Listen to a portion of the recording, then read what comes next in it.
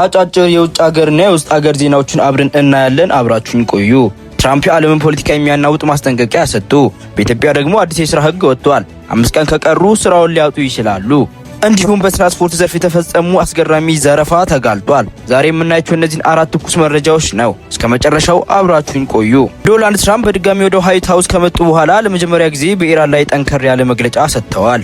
ኢራን በፓኪስታን በኩል የድርድር ጥያቄ ብታቀርብም ትራምፕ ግን አልረካውም ብለዋል። ትራምፕ እንዳሉት ኢራን የኒውክሌር ዩራኒየም ዝግጅቷን በአስቸኳይ ካላቆመች እኛ ሄደን እንወስዳለን የሚል ቀጥተኛ ማስጠንቀቂያ ሰጥተዋል። ይህም በመካከለኛው ምስራቅ አዲስ የጦርነት ስጋት ደቅኗል። በኢትዮጵያ አዲሱ የ5 ቀን የሥራ ሕግ በኢትዮጵያ ሰራተኛና ሰሪ ግንኙነት ላይ ትልቅ ለውጥ መጥቷል። የፌዴራል ጠቅላይ ፍርድ ቤት በሰጠው አዲስ የሕግ ትርጉም መሰረት አንድ ሰራተኛ በተከታታይ ለ5 ቀናት ያለ በቂ ምክንያት ከቀረ አሰሪውም ያለምንም ማስጠንቀቂያ ማሰናበት ይችላል። ነገር ግን የሰራተኛ ማህበር ፕሬዝዳንት አቶ ካሳን ፋውሎ እንዳብራሩት ይህ ሕግ በህመም በወሊድ ወይም በሐዘን ምክንያት የሚቀሩትን አይመለከትም። ስለዚህ ሰራተኞች ካሁን በኋላ ከስራ ስትቀሩ ሕጋዊ ማስረጃ መያዝ እንዳትረሱ፣ ስራ ውድ ነውና።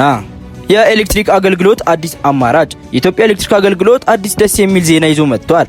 ለቤተሰብ ሲንግል ፌዝ ተጠቃሚዎች የቆጣሪ ክፍያን እስከ 2 ዓመት እንዲከፍሉ የሚያስችል አሰራር ጀምሯል።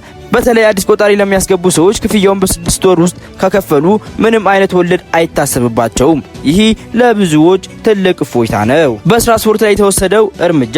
በትራንስፖርት ዘርፍ ህገወጥ አሰራር ላይ ጠንከር ያለ እርምጃ እየተወሰደ ነው። በአንድ ክልል 1300 ብር መሆን የነበረበትን ታሪፍ 4100 ብር እያስከፈሉ አካላት ተይዘዋል። ከ100 መንገደኞች ላይ ብቻ 410 ሺህ ብር በላይ በህገወጥ መልኩ ተሰብስቧል። በተጨማሪም 44 ሰው መጫን ያለበት አውቶቡስ 77 ሰው ጭኖ ተገኝቷል። መንግስት በእነዚህ ላይ ከባድ ቅጣት እያሳለፈ ነው። በኢትዮጵያ ዛሬ ታላቅ የልግስና ድርጊት ተነግሯል። ከፍተኛ መንፈሳዊ መሪ ብዙ ሚሊዮን ብር የሚገመት ንብረት ለድሆችና ለአስፈላጊ ወገኖች አበርክተዋል። በዋሽንግተን ዲሲና አካባቢው ሀገረ ስብከት ሊቀ ጳጳስ ብፁዕ አቡነ ፋኑኤል በአዲስ አበባ ቃሊቲ ገብርኤል የሚገኘውን ዘመናዊ G+2 ቤት ለመቄዶንያ ድርጅት በሙሉ በስጦታ አበርክተዋል። ይህ ቤት በ544 ካሬ ሜትር ላይ የተገነባ ሲሆን ከ20 ዓመት በፊት ከ4 ሚሊዮን ብር በታች ወጪ ተገንብቶ ነበር። ነገር ግን ዛሬ የሚገመተው ዋጋ ከ120 ሚሊዮን ብር በላይ ነው። ባለፈው 20 ዓመታት ቤቱ በክራይ ሲሰጥ የተገኘው ገቢ ለአረጋውያንና ለወላጅ አልባ ህጻናት ድጋፍ ሲውል ቆይቷል። ብፁዕ አቡነ ፋኑኤል በንግግራቸው ይህንን ድጋፍ ያደረጉት ለኢትዮጵያና ለኤርትራ ህዝብ ነው። መቄዶንያ ትንሽ ኢትዮጵያ ናት ብለዋል። እንዲሁም ሌሎች እንዲረዱ እና የበረከት ስራ እንዲሰሩ ጥሪ አቅርበዋል።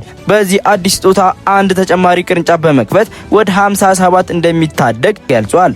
የቤቱ ርክክብ እሁድ ግንቦት 2 ቀን በቃሊቲ ገብርኤል ይካሄዳል። የሚዲያ አካላትና ደጋፊዎች እንዲገኙ ጥሪ ተደርጓል። ይህ ተግባር የርህራሄና የልግስና ታላቅ ምሳሌ ሲሆን ሌሎችንም ለማገዝ እጃቸውን እንዲዘረጉ የሚያነሳ ነው። የዛሬዎቹ ዋና ዋና መረጃዎች እነዚህ ነበሩ።